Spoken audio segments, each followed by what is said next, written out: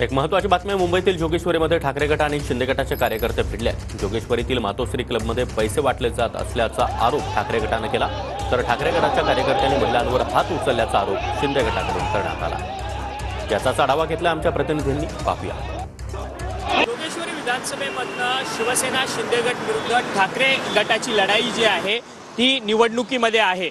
परंतु काल रात्री रवींद्र वायकर यांच्या मातोश्री या क्लब हाऊसच्या बाहेर मोठ्या प्रमाणात जो आहे तो दोन गटांमध्ये राडा झालेला आपल्याला पाहायला मिळत होता। काल याच ठिकाणी रात्री उशिरा 12च्या आसपास शिंदे गटाचे शिवसैनिक विरुद्ध ठाकरे गटाचे शिवसैनिक जे आहेत ते एकमेकांच्या विरोधात या ठिकाणी भिडलेले होते।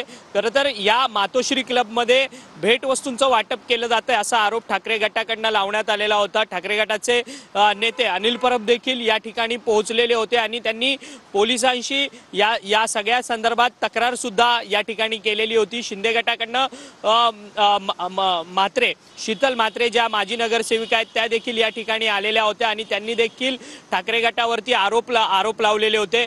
सध्या सकाळी आता सध्या तरी कोणतीही गोष्ट नाही, परंतु पोलिसांचा बंदोबस्त जो आहे तो या ठिकाणी तैनात करण्यात आलेला आहे। व्हिडिओ जर्नलिस्ट मनीष विचारेसह अक्षय मंगणी, TV9 मराठी, मुंबई।